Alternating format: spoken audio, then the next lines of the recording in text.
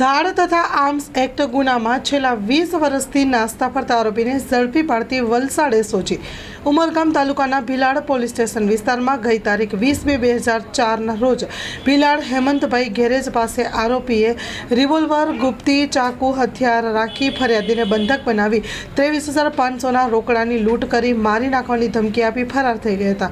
તે સમયે ગુનાની તપાસ દરમિયાન આરોપીના નામ ખુલ્યા હતા। જે તે સમયે તે આરોપી મૂળ વતન ખાતેથી ન આવતા આરોપીને ફરાર જાહેર કરેલા હતા।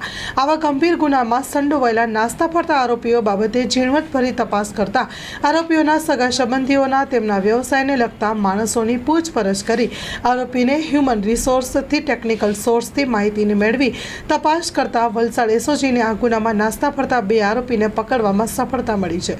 ગુનાની વધુ તપાસ પોલીસ ઉમરગામે કરી છે।